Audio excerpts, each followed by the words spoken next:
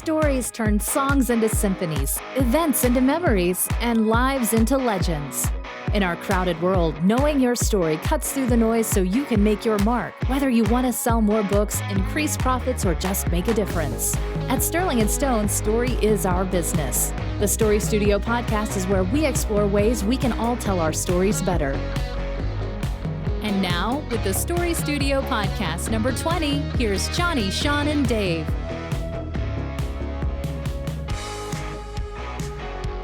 Hey everybody, welcome to the Story Studio podcast. We're going to start a new arc for you guys today. It's going to be all about story, and this is really fun because we are, of course, the Story Studio, and we pay more and more attention, obviously, to story than ever before, because that's what we do. And so we have, this is going to be an 8-episode arc, I think. It'll be 7 or 8. I haven't decided yet. But we wanted to kick it off by talking just kind of generally, giving you guys a preview of what's going to come and just why story really matters for us and delving deep. And joining us today is Bonnie Johnston, our resident story expert, who has just really been helping us do lots of cool stuff with story. And she has a 6-book series that's going to come out eventually here called Storybox. And so we're roughly following that 6-book arc, I guess. So welcome to the podcast, Bonnie. Thank you. Yeah, Bonnie is Bonnie's kind of a wizard. Like Harry Potter. I mean, really, like she's added so much depth and layers to our work, and it's stuff that it's not going to be easy to see for a while because we're doing a lot of production for much later. But we are better craftspeople because Bonnie has come aboard, and I mean that by an order of magnitude.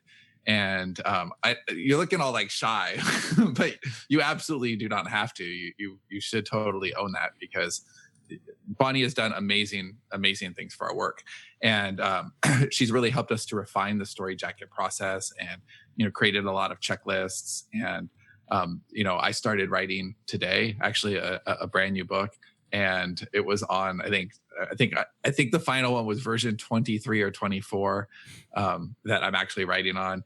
And Bonnie's insight into I mean, she's good at the whole thing, but she's especially great at character and making your story matter from a very personal level. And so Bonnie has just a ton of insight because other than me, she has seen the most things in the company as far as story. She's getting outlines from every single imprint in the company. I think she's seen outlines from every single working author in the company, plus stories to go authors. So there's just a lot of story there that Bonnie has deconstructed. So Bonnie, you have full permission to talk about anything that you have seen. Just use clever nicknames for either pen names or the projects themselves, because those are all under wraps. But you're very welcome to make fun of us in any way you need to, or call us out on stuff. I will say, for sure, on a lot of the outlines that I'm personally involved with, on a highest concept level, Bonnie's feedback is, wow, your ideas are really great here. You even got the structure, but you just need more character. You need to anchor the story itself into the journey. So like, we're really fortunate to have Bonnie. And I think anybody listening to this is going to be fortunate to hear Bonnie for the next bit. So Bonnie, please take it away. Thanks. The things that I've worked on, I love how challenging they've been. It's like a lot of the stuff you've been sending me to do story jackets on has been very complex. It's not like simple stories where you're just hitting on the main plot points. I got those a few years ago. I'm a little bored. I know. And like some of the stories that you sent me have just been so challenging on so many levels in terms of like multiple character points of view and trying to weave them all through so that they still give you a big bang at the end of the story, at the climax when everything falls out, and things with like very complicated timelines. And oh my gosh, some of the episodes you guys are working on, it's like, I don't want to give any spoilers, but like some of the coolest storytelling I've ever seen has been in two of the episodes that you sent me. I don't know if I can say their names. No, please don't. Yeah. Okay. So you guys who are looking for stuff that's going to be coming up in 2019, like some super cool stories told in some really innovative ways, are headed your way. So let's talk about what we're going to talk about. So I actually have one more anecdote to share. So this is maybe to get people on board, just keep people engaged in like, oh, I know story's important, blah blah blah. But two things. Number one, having another eye on story is a big deal. And number two, obviously having a qualified eye on story is above and beyond just having an eye on it. But some of the things, because Sean was mentioning that some of the things that you've StoryJacketed are like, I don't know, off kilter or whatever, and you were saying they're real complicated. And I'm actually working on a project right now that's our dumb, irreverent, like stupid comedy. And the just some of the comments on that. Too? Well, of that caliber. And awesome. Some of the stuff like character and character arc going into like being factored into a story is the sort of thing. To be clear, this is a story that did not need a StoryJacket because but it's gonna make it 100 times better because I'll just to give you some idea here, it's just like it's basically slapstick, like it's just supposed to be just funny and ridiculous and irreverent. And some of Bonnie's comments were we don't understand why this one character is so infatuated with this ridiculous porn star. And, she needs a reason so that the reader can suspend disbelief and get on board with her. And so, like, I could have been like, that's pretty funny, but this is this project and it doesn't really matter. But I was like, I think that'll make it more awesome. So I wrote this prologue where we get this backstory of this character that's never existed before, where she's like this innocent little farm girl and, her grandmother's. So it's this whole thing. And it's like, that's going to make the story not just better, not make people more on board in the way that you were trying to lead me to, but also just funnier as well. So this is all really, really great stuff for anybody. Well, it's true. It's once you have like a really strong scaffolding to this, it's kind of amazing where you can take your next level stuff. So Bonnie is also working on her own stuff. And so, after doing like, I don't know, 33,000 StoryJackets, she's like, my turn, I need feedback on this outline. And so she passes me an outline and I find myself, and it's long, it's thorough. I think it's 16,000 words. So like there's a lot of story there. This is a book that is ready to be written. And I'm going through it and most of my comments are like, yep. No hole so far. And it's, there's a lot of structure there. But that allowed me to, we got on I did have some suggestions, some comments, but it was mostly about like naming things and, for commerciability in Bonnie's case, it's more about accessibility because she has very rich, well-developed ideas, but you can outsmart the reader. Like you can get away from it. And we've been very guilty of that before. So leaning into commercial fiction is a much more straight narrative drive. But because that structure was there, we were able to talk about some really cool elements to the book that would add layers, not of complexity, but of interest. The kind of stuff where someone is going to say to their friend, hey, do you remember that chapter when the such and such happened? Because we could afford to spend the attention on that. When you're just figuring things out in the beginning, it's much harder to do that because you really have to focus on just getting the character arcs and getting the journeys. So Bonnie will see these different levels of complexity with the outlines. Okay, here's a beginning author. We're just figuring out identity and genre. And, we're really starting the storytelling journey as an author with this book. That's a very different StoryJacket than like the thing that I started to write yesterday, which is needlessly complex. Right, Bonnie?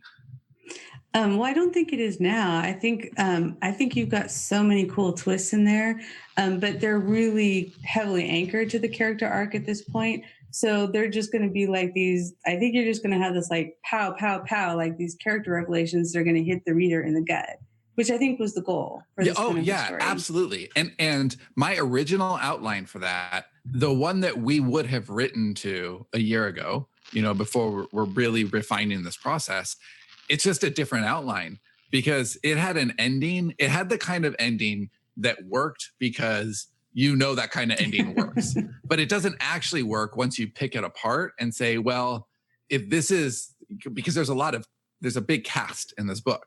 So I think 4 significant family members and then other people, but within the family members, each one of them has their own story that has to have a beginning, a middle, and an end, and they all have to matter to everyone else in the story.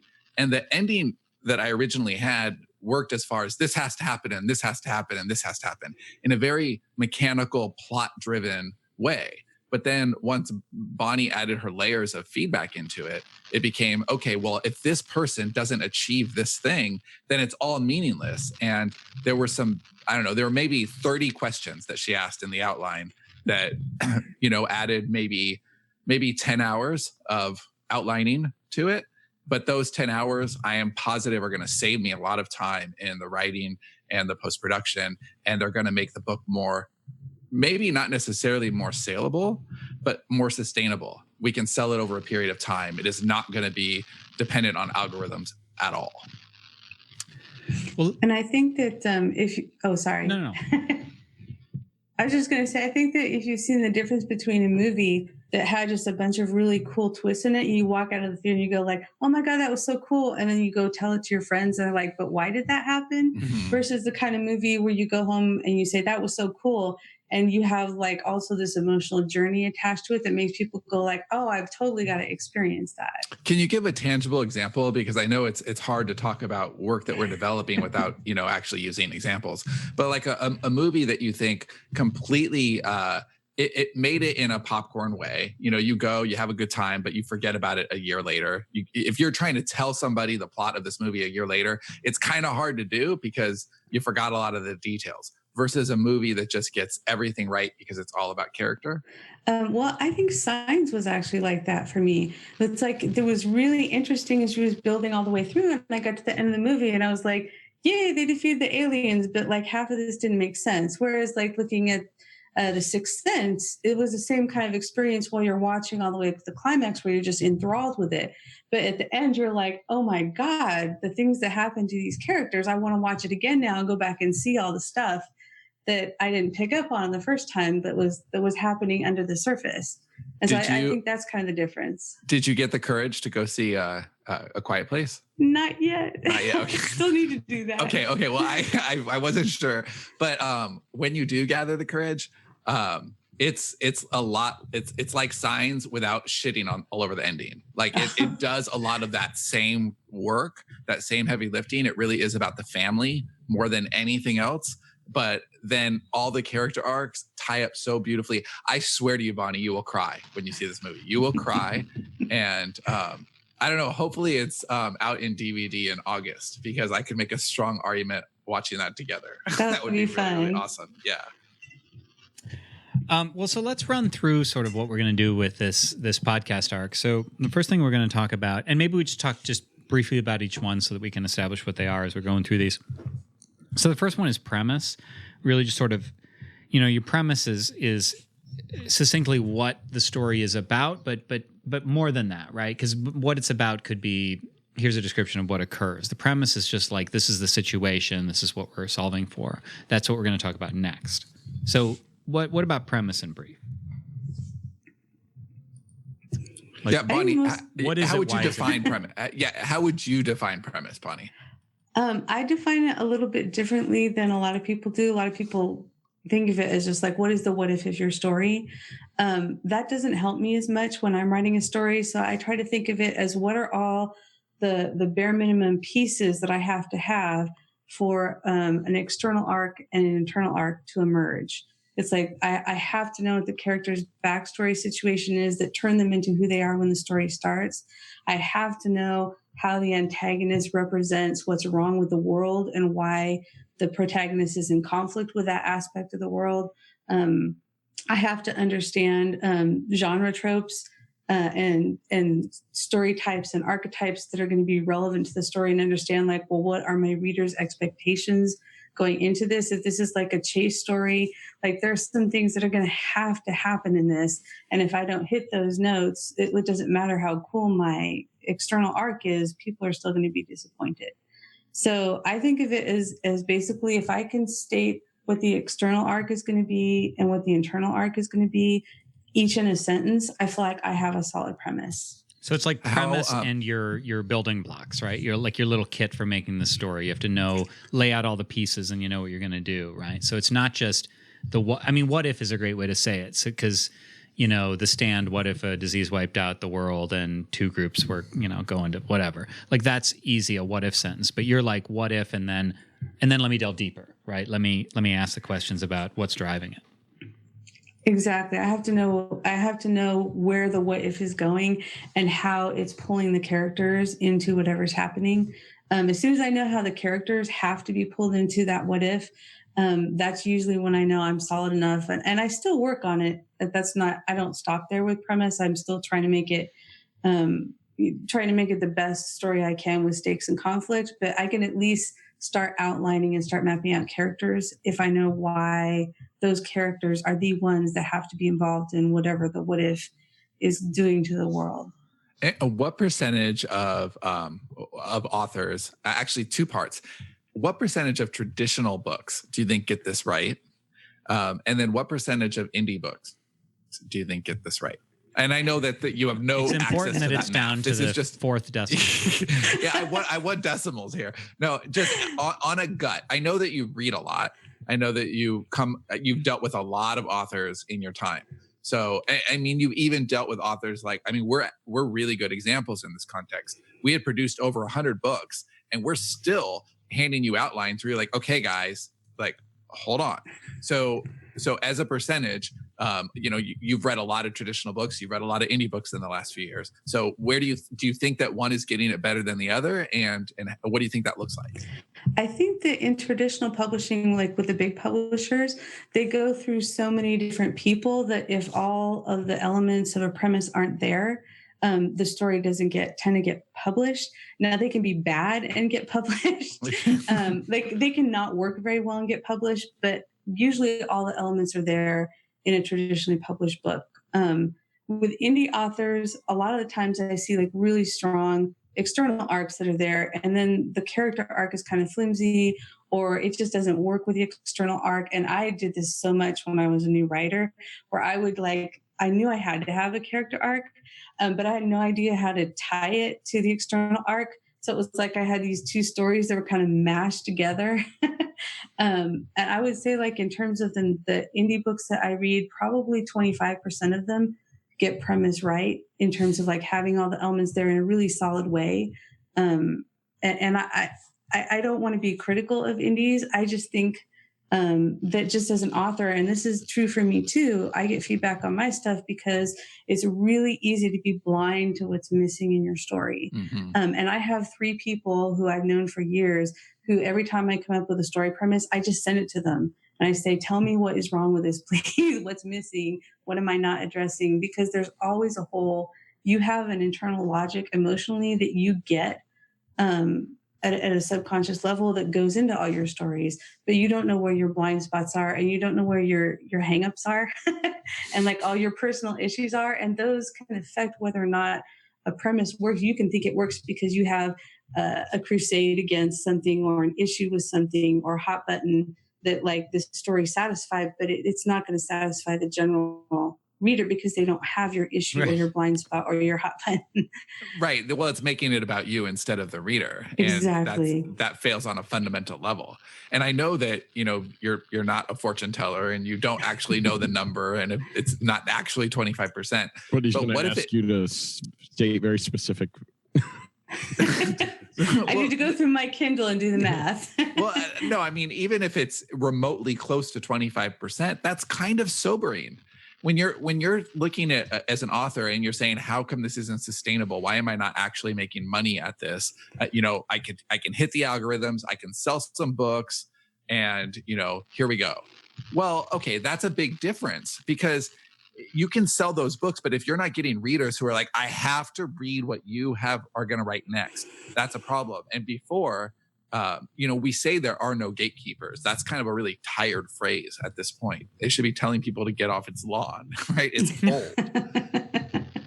But there's truth to that. They may not be gatekeepers, but they sure were curators. And right now there's like, I know as a buyer, I'm not comfortable, shopping at Amazon because I don't trust their recommendations. It's not a good shopping experience, and we we're fortunate enough, the people who got, we got attention on Invasion because it was wide. And the person, he told us, look, I never would have read that on Amazon. Like it's a shit show over there. I wanted to read it on, on iBooks. And so there you have to compete on a story level differently because it's not algorithmic at all. So it is fundamentally different. And when you're looking at why am I not getting buy through, that's the real question you should be asking. Not why wasn't I able to tickle the algorithm, but why wasn't I able to get read through on my catalog once I did? And that thing that most people are getting wrong, that's the answer, or at least in part. Right. We'll talk. No, I agree. Yeah. We'll talk a lot more about premise in the next episode. That's just the first part. Character is obviously number 2. We've talked about character-driven fiction versus plot-driven fiction. I think the best is actually kind of both. That the character informs the plot and so forth. But you can definitely sell books without having strong characters. It's not something that any of us here really like to do, and I think your chances are much worse. But we're going to talk about character design. Bonnie, what do you think people kind of tend to miss in terms of character design? Oh, that's a really good question. I think a lot of what I see when I've been editing students, I see that they have a personality for their character, but they don't have, and this seems like it would be the same thing, but it's not, they don't have a strong attitude coming from a strong worldview for their character.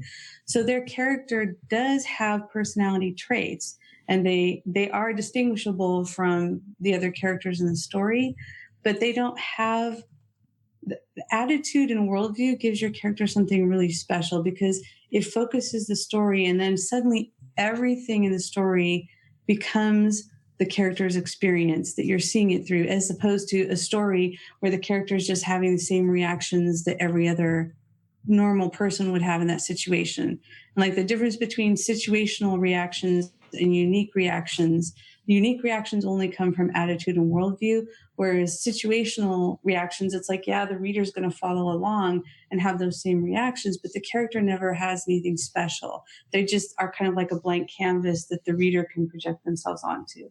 So having both of those working in tandem, it's one of the things that's missing from a lot of beginner writing. It's a little bit of work to define your character's attitude and really understand it's a lot where of work. They got that worldview. It's a lot of work, and that's okay. I'm just thinking about all of our early books where I've done the same damn thing. Well, but you've actually talked about this, Dave, and this is like understanding that even the bad guys or the most quote unquote repugnant characters, they're the hero of their own story. Their actions make sense. Dave, you actually don't do that natively. I mean, certainly, I think we can all get better, and hopefully, we do by the book. That's the point. But Dave, you instinctively are very good at character. Okay, Bonnie, you've seen a couple of Dave's outlines come by. Do you think Dave has an instinct for character? Very much so, and in fact, like his characters are very nuanced too. It's like I don't. I don't often find stories that haunt me. That Dave's stories haunt me. Welcome to my haunt everybody. But it's really beautiful. It's like even I don't know if this story has been published yet, but you wrote one that was kind of scary that had a woman who had this kind of spirit attached to her. And I won't say any more details because I don't want to spoil it. But it was just so beautiful the way she reacted to the spirit, and you could tell that even though she wasn't conscious of what was happening at the supernatural level that was kind of affecting her and affecting the people around her mentally, you could just really see in these little tiny small things that she did and in her reactions to other people as the spirit was affecting her, you could kind of tell that there was something going on that was really pushing her in a direction that maybe she didn't want to go. And that's it. It was beautiful. Yeah, no, I know exactly what outline you're talking about. Dave's done so many that he may not even be sure what you are talking about, but I know what you're talking about. No, I'm trying to remember which one was that. I'll slack it to you in a second. But yes, I know exactly what you mean. And I think that once you can get character, there's so many other things that open the door to your story. So we've talked about Robert McKee's dialogue, which absolutely everybody who's ever trying to write anything ever should read. But the main takeaway of that book is how important subtext is, that you can't just say what people are thinking or what's on the surface. You always have to go deeper, because we don't really speak on a surface level as humans. We don't. It's always a layer or two. And so the more you understand who your person is, the better communicator they can be, the more honest they're going to communicate in your story. And so in this last draft that Bonnie gave a StoryJacket to, it was all character stuff. Like flaw that she had in the actual story wasn't a flaw in the narrative itself. It was a flaw as to how it related to the characters. And so that's great. And today is my first morning writing this. That was all up in my head. I mean, I'm very aware of how the husband and wife are reacting to each other because of who they are and what their character arc is going to be throughout the book. And the same for the brothers in the story. And what's interesting is it was probably it was a hard start. The first page is always a hard, and I actually took the time to ping Bonnie when I was done with my first sprint, because I wanted her to know I started. And I got 335 words in my first sprint, which is miserable. Like that's a very low sprint, but I felt really good. And I knew they were the right words, and I knew that they were character-based words, and that I wouldn't be rewriting them later like I did on the last book I wrote before I had a relationship with Bonnie. So yes, I think character is super important. So we'll talk a lot more about character when we get to that episode. But the next one we're going to do is setting. Bonnie, what's important about setting? I mean, I have a setting anecdote, but why don't you go first? Okay. Two of the things that I think are important about setting is, first of all, learning to write setting in action so that it's always affecting a character as opposed to just describing the setting. And I guess technically that's more description, but I think that's like one of the biggest things I end up teaching over and over again is how to do that. And the second thing is like making sure that you actually develop your setting like you develop a character. Your setting has a worldview. Your setting should have a personality trait that it expresses through like regular people who are in the setting. Your setting should have locations in it that are meaningful to the character, that are symbolic of something that they're going through, so that you can show through their feelings about that location, not just how they're relating to everybody else in it, but how they're relating to the world that they live in. It's really important to do like things like location scouting. I mean, that's the first step, figuring out what everything looks like and where it is. But if you really want your setting to matter, there has to be something deeper about the setting that your reader can relate to as if it were a character. Yeah, I love that because I feel like setting is something you have to pay at least a cursory attention to, even in the beginning. Like know your setting, know your why behind the setting, all of that. But that's something that really can evolve over time.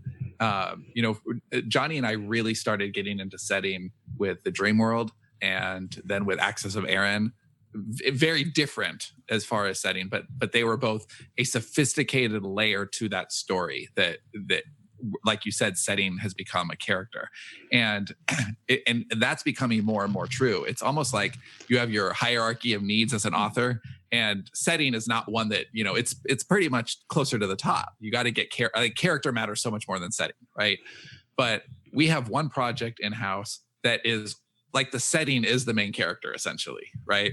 And that has been revelatory. And we realized that, oh yeah, this setting itself needs a character profile and needs a character arc. And that was the first time we ever gave a character arc to a setting, but it can be done. And I'll also note that on our last story meeting, Bonnie, I think half of the things that we talked about were all setting and how to give, right? There was all about like, how can we make this setting extra colorful and make it matter to the story?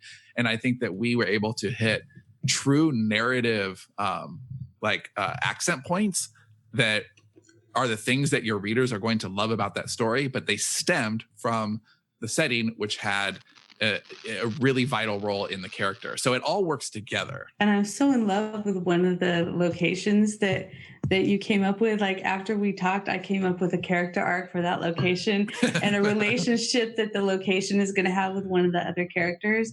I can hardly wait to show that to you. I'm excited. I'm sure it will be awesome because again, it's a hierarchy.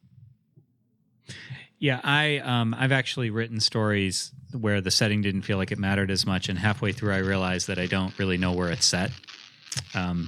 Sean, you've read some of those, and I'm just like, okay, so I guess this is in New York now.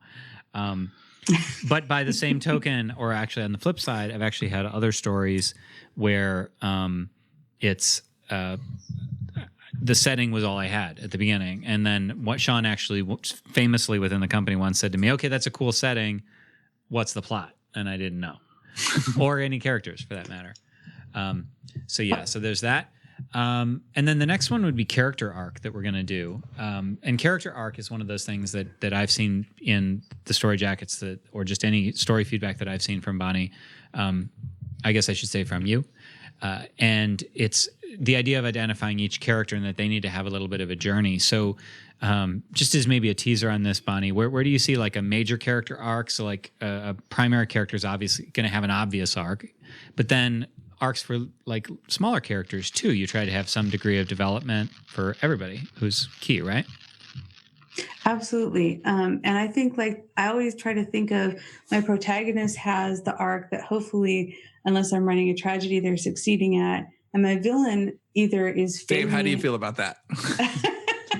Does your protagonist have to succeed, Dave? No. You write a lot darker stories than I do, though, Dave. And in fact, like I think a couple of the ones that I've read of yours recently, they were ones where specifically the story was about the character failing his arc and the consequences and how he had to deal with that, which is I like reading those. I don't like writing them so much because I'm just not.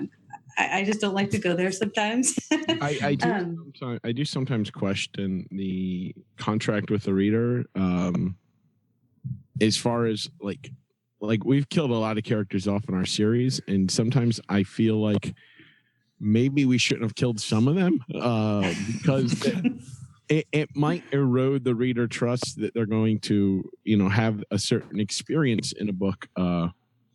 And maybe they won't pick up your next book because of that, because they might be too invested in the characters and they're worried that you're going to kill them all off. And I don't know. I started to worry about that a lot recently, and I'm not sure if that'll be to my detriment or not. But yeah. Well, I think what it means for the character to die is important too. I mean, I hate it when characters I love die, but if they die in a really beautiful way or in a really meaningful way, I still love the story, even though I'm mad that they died. Like in Firefly, I was so upset Spoiler that Wash alert. died. Oh, sorry. Sorry. No, I think you're safe. It's been a decade at least, 15 years, something like that.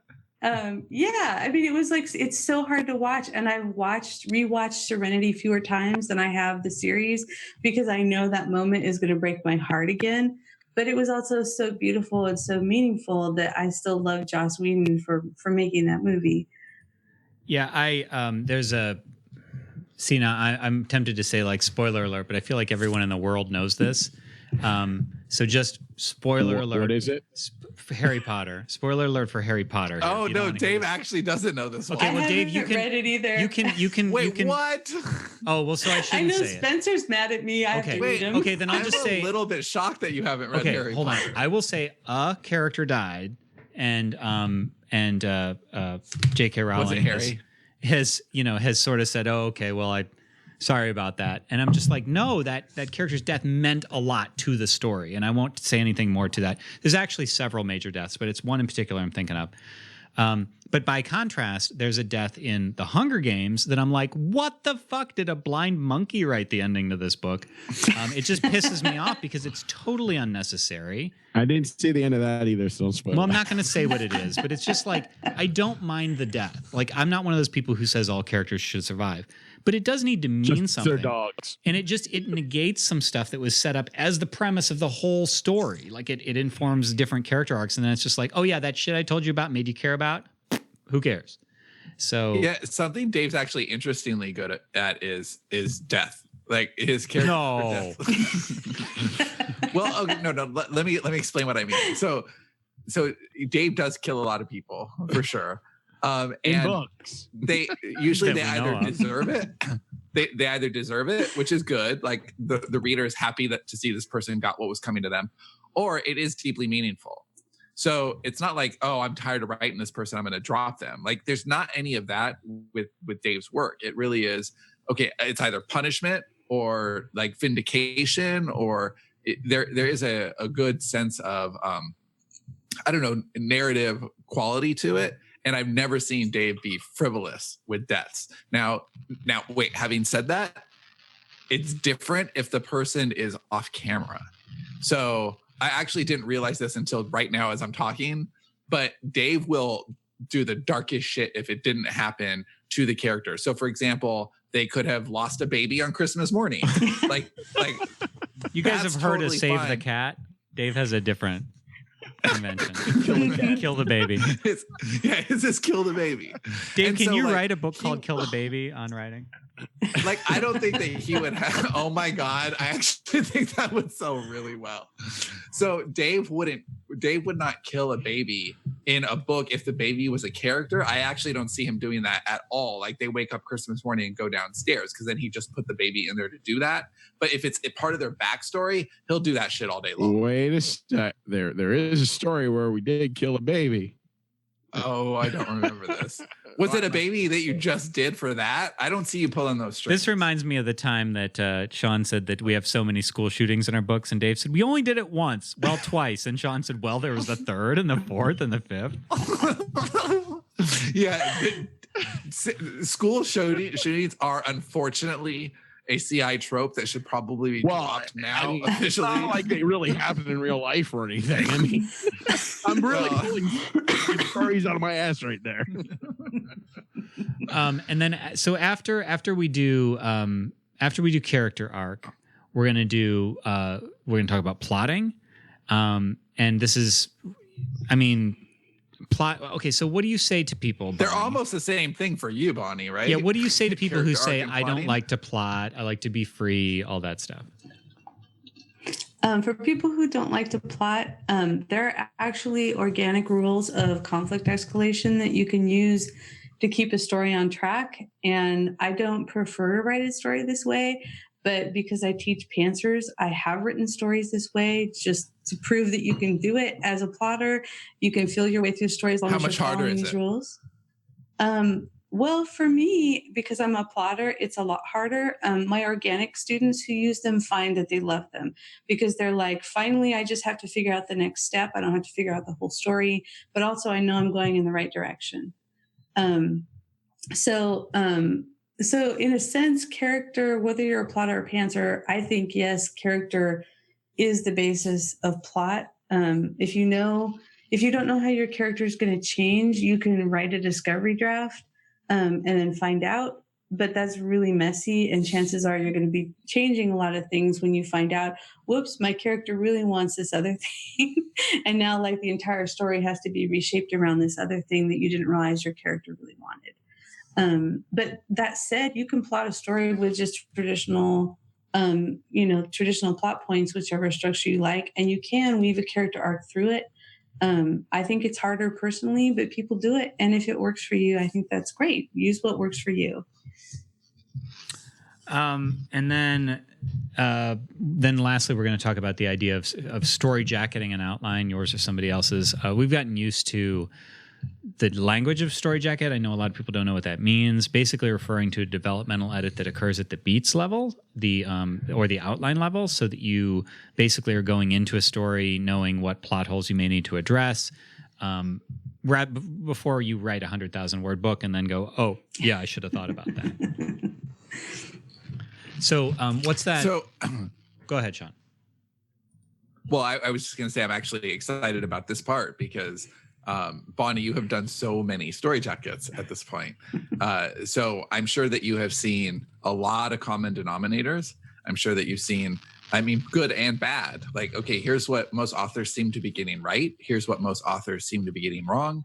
I know that we're trying to develop those internal checklists right now so that we can we can almost give ourselves a pre-StoryJacket before we even are on version 1.0, right?